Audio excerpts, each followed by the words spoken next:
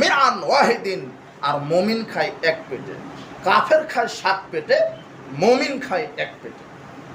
তাহলে খাদ্যর আমরা কন্ট্রোল করে মধ্যম পন্থা অবলম্বন করি। মেকদাম বিন মাদি কারেব রাদিয়াল্লাহু তাআলা আনহু তিনি বলেন, রাসূল সাল্লাল্লাহু আলাইহি ওয়াসাল্লাম বলেছেন, মালা আদামিয়ুন ইয়ান শাররাম মিন বাতনিন, মানুষ সবচাইতে যেই বস্তুটা ভর্তি করে, পূর্ণ করে, সেটা হলো পেট। সবচেয়ে নিকৃষ্ট যেই জিনিসটা মানুষ পরিপূর্ণ করে সেটা তার পেট।